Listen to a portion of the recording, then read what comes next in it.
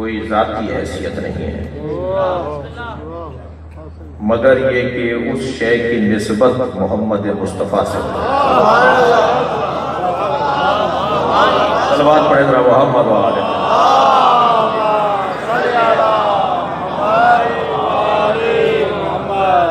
ساری کائنات ذرہ ذرہ مجموعہ ذرات اشیاء ابدان یہ سب اللہ کی حمد کر رہے ہیں۔ یہ صاحب اختیار مسلمان ہے جو کبھی حمد کرنے میں کوتاہی کرتا ہے۔ یہ صاحب اختیار مسلمان، یہ مختار مسلمان، مجبور مسلمان تو کبھی بھی کوتاہی نہیں کرتا۔ اب کیا یہ اچھا ہوتا کہ اللہ ہمیں بھی مجبور مسلمان بناتا؟ انسان اور جن مختار مسلمان ہیں، اور انسانوں اور جنوں کے علاوہ جتنے ہیں، وہ فرشتے ہوں، وہ آسمان، زمین، پودے، پتھر، جماعتات، حیوانات، کائنات میں کا ایک ذرہ انسانوں اور جنوں کے علاوہ وہ سب مجبور مسلمان ہیں۔ ایک انچ، ایک لمحہ اپنے مالک کے حکم سے سب تابع نہیں کرتے۔ ایک لمحہ دیر سے نہیں نکلتا سورج، ایک لمحے کی تاخیر نہیں کرتا ڈوبنے میں۔ چاند اپنی منزلوں کو حکم الہی کے مطابق کمال پر پہنچاتا ہے۔ کبھی نہیں ہوا کہ ہم نے کھجور کی گٹھلی دبائی ہو اور آم کا درخت نکل آیا ہو۔ اتنا پکا مسلمان ہے۔ دنیا میں جتنے بھی ذرہ یہ سب مجبور مسلمان ہیں۔ یہ جو مجبور مسلمان ہیں یہ اللہ کی حمد میں تاخیر نہیں کر رہے، تعطل نہیں کر رہے، کوتاہی نہیں کر رہے۔ یہ مختار مسلمان ہے کہ جو اللہ کی عبادت میں کوتاہی کرتا ہے۔ تو کیا یہ اچھا تھا کہ اللہ ہمیں مجبور مسلمان بناتا؟ یہ تو اس کے اعتماد کو ٹھیس پہنچانا ہے، یہ تو اس کے بھروسے کو، یہ اس کی مرضی کو ٹھیس پہنچانا ہے۔ اس کی مرضی یہ کہ سب اس کی حمد کریں، لیکن جسے مختار مسلمان بنایا وہ کبھی حمد کرتا ہے، کبھی نہیں کرتا۔ تو اگر اللہ ہمیں جانوروں میں پیدا کر دیتا، پودوں میں لے آتا، پتھروں میں لے آتا، تو ہم زبردستی حمد کر رہے ہوتے۔ لیکن اس نے ہمیں مختار مسلمان بنایا، لہذا اب یہ جتنا ہم اس کی حمد بہتر کرتے چلے جائیں گے، اتنا ہی اللہ کا ہمیں بنانا یہ اللہ کی مشیت سے قریب تر، ہمارا مشیت سے قریب تر ہو جانا ثابت ہوگا۔ غرض یہ کہ دنیا میں جتنی مخلوق ہے وہ سب حمد کر رہی ہے۔ ذرے ذرے کی حمد کو جوڑیے جس کا میرے اور آپ کے بس کی بات نہیں ہے شمار کرنا۔ تو اللہ نے تمام کائنات کی حمد کو ایک جگہ الحمد کہہ کر بیان کیا ہے۔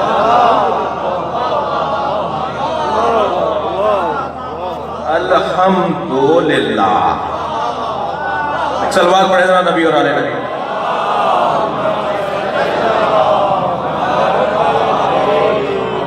ذرہ ذرہ اللہ کی حمد کر رہا ہے، اسے اس نے الف لام لگا کر حمد پر الف لام لگا کر بیان کر دیا کہ کوئی دنیا میں ذرہ بھی نہیں ہے، بڑی عمارتیں اور بڑے پہاڑ اور بڑے درختوں کی اور صحراؤں اور سمندروں کی بات نہیں ہو رہی، ذرہ بھی اللہ کی حمد۔ تمام کائنات کی حمد کو جمع کرنے کے لیے اللہ نے الحمد لگا دیا۔ اور فرمائیں گے یہ تمام کائنات کے ذرے ذرے کی حمد کرنے کو الحمد کہتے ہیں، اور یہ ممکن ہی نہیں ہے بغیر محمد کے۔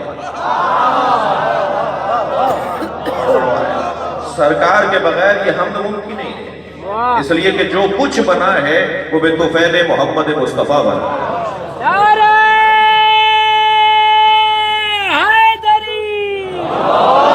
اسی کے نام سے ہر ابتدا ہے، اسی کے نام سے ہر ابتدا ہے، اسی کے نام پر ہر انتہا ہے۔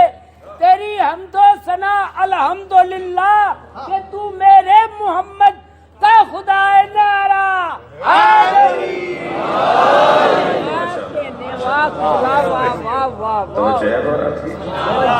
ساری کائنات حمد کرے تو اسے اللہ الحمدللہ یہ کہہ کر بیان کرتا ہے۔ یہ ساری حمد بغیر محمد مصطفیٰ کے ممکن ہی نہیں ہے۔ تو اگر الحمدللہ کو ہم کہہ دیں محمد للہ،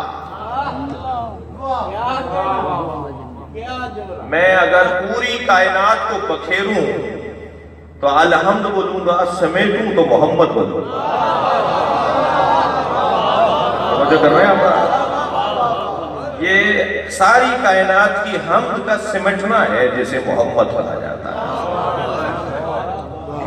اور فرمائیں گے یہ ساری کائنات کا لفظ اللہ جو ہے، اہل دقت بیٹھے ہوئے ہیں، سنی شیعہ مسلمان بیٹھے ہوئے ہیں، یہ جو لفظ اللہ ہے اس میں جلالہ کہلاتا ہے، یعنی اللہ کے جو 99 صفاتی نام ہیں اور ان کے علاوہ جو ہمیں نہیں پتا۔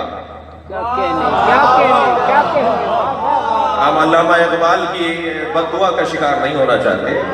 علامہ اقبال نے مسلمانوں کو کہا ہے کہ مسلمان کتنا چھوٹا ہے کہ اللہ کو بھی اس نے 99 ناموں میں محدود کر دیا۔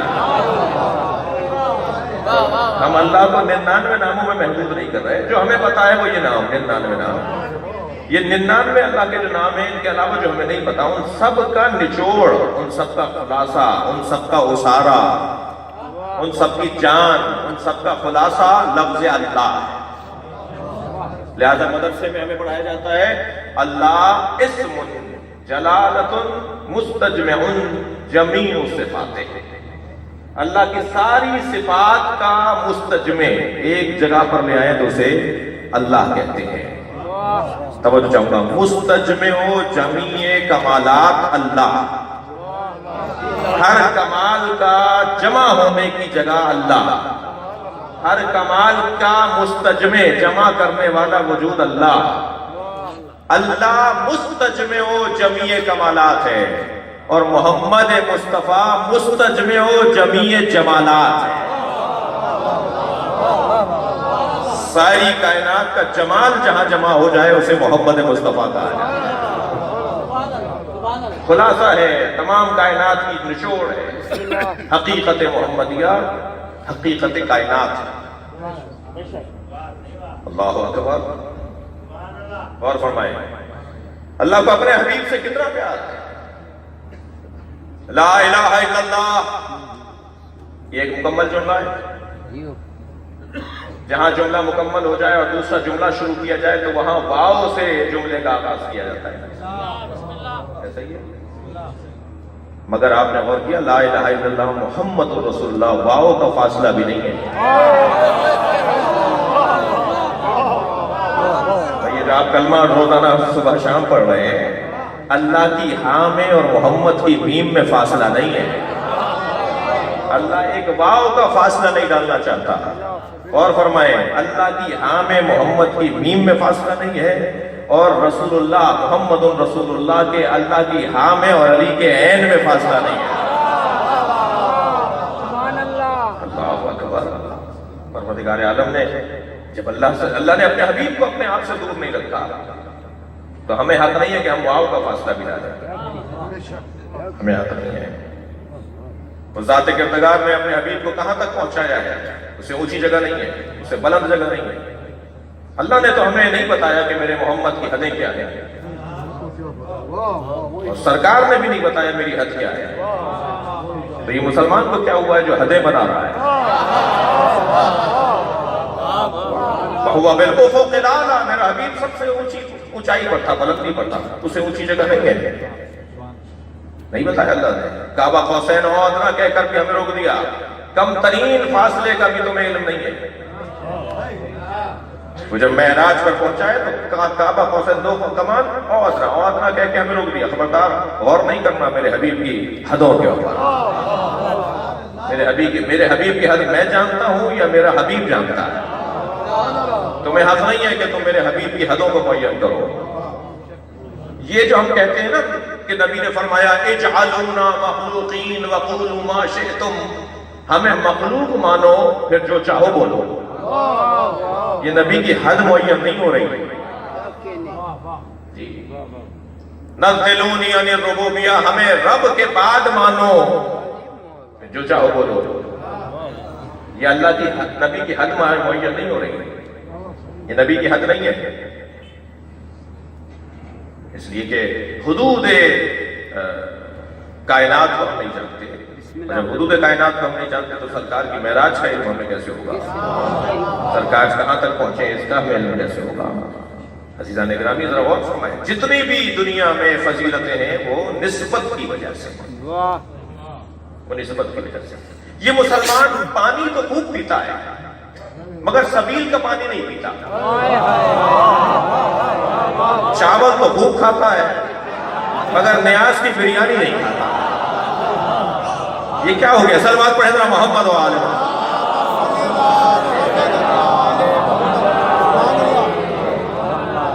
یہ ہر کام میں جہاں نسبت آتی ہے وہاں اسے کچھ مشکل ہونے لگتی ہے، جہاں نسبت کا عنوان آتا ہے اسے کوئی نہ کوئی مشکل ہو جاتی ہے۔ ویسے پروردگار عالم نے ارادہ اپنا جو کیا ہے اس کے اوپر وہ عمل کروا رہا ہے، تم نسبتوں کو نہیں مانو مگر مکے سے زمزم لے کر آؤ گے،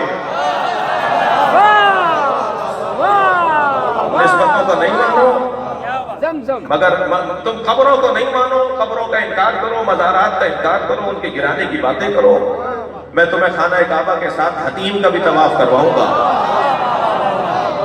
حتیم میں اسماعیل اور حضرت حاجرہ کی قبریں ہیں، قبروں کا انکار کرو میں طواف کرواؤں گا۔ جو وسیلے کو نہیں مانتے وہ ہاتھ اٹھا کے دعا ضرور کر رہے ہوتے ہیں، بغیر ہاتھ اٹھائے میں دعا نہیں کر رہے ہوتے ہیں۔ وسیلے کو نہیں مانو، میں 5 اور 14 کے وسیلے سے ہی سنتا ہوں، کوئی چیز توجہ ہے؟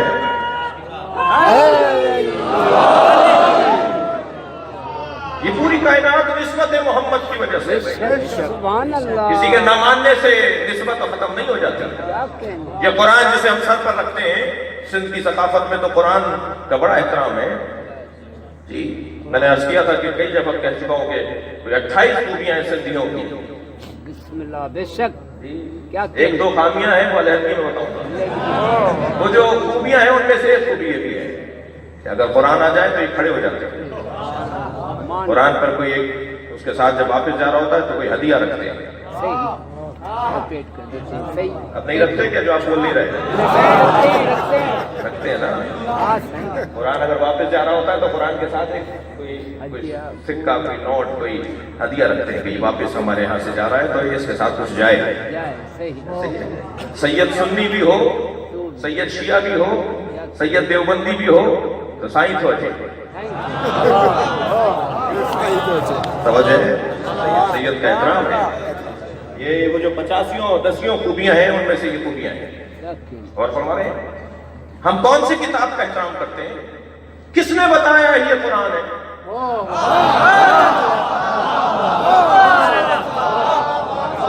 مسلمانوں کو پتا ہے کہ قرآن ہے یہ مسلمان پر فرشتہ آیا تھا، یہ جبریل کسی مسلمان پر بتانے آیا تھا کہ یہ میں نے قرآن محمد مصطفیٰ کو اتار دیا ہے، سرکار نے بتایا یہ قرآن ہے، یہ حدیث ہے۔ جسے نبی نے کہا میری حدیث ہے ہم نے اسے حدیث مان لیا، جسے نبی نے کہا یہ قرآن ہے ہم نے قرآن مان لیا۔ سارا عالم اسلام قرآن کو مان رہا ہے نا، کس نے بتایا یہ قرآن ہے؟ یہ سرکار نے بتایا قرآن ہے۔ اور فرما رہے ہیں نسبتوں کے بغیر اہل بیت، کس کے اہل بیت بھائی؟ کس کے کیا کہنے تو نہیں رہے آپ کس کے اہل بیت؟ اہل بیت نبوت کی بات ہو رہی ہے نا۔ یا فاطمہ اتنی مل کے سائد یمانی انی اجد فی بدنی ضعفا، میں اپنے بدن میں ضعف محسوس کر رہا ہوں، مجھے چادر یمنی لا دو۔ بی بی نے چادر اڑا دی، کچھ دیر کے بعد امام حسن آ گئے، پھر امام حسنین آ جائیں ان پر پوری رہتی ہے، مولا علی آ جائیں ان پر پوری رہتی ہے، جناب زہرا آ جائیں ان پر پوری رہتی ہے۔ اچھا اگر چادر سمجھ میں نہیں آ رہی تو وہ صندوق کیسے سمجھ میں آ رہا ہے جس میں موسیٰ آئے تو ان پہ پورا رہتا ہے۔ انبیاء کرام کے تبرکات آ جائیں، تابوت سکینہ بن جائے، صلوات پڑھیں محمد و آل محمد۔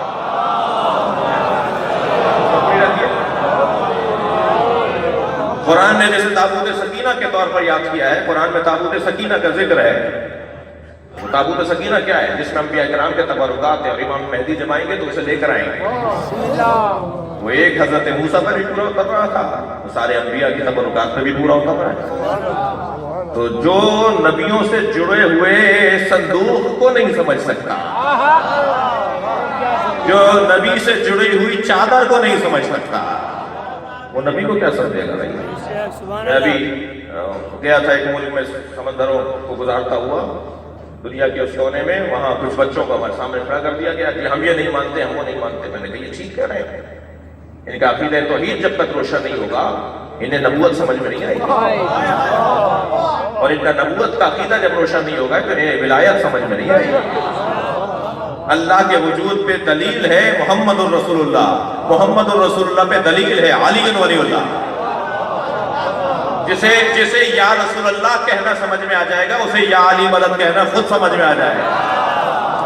صلوات پڑھیں محمد و آل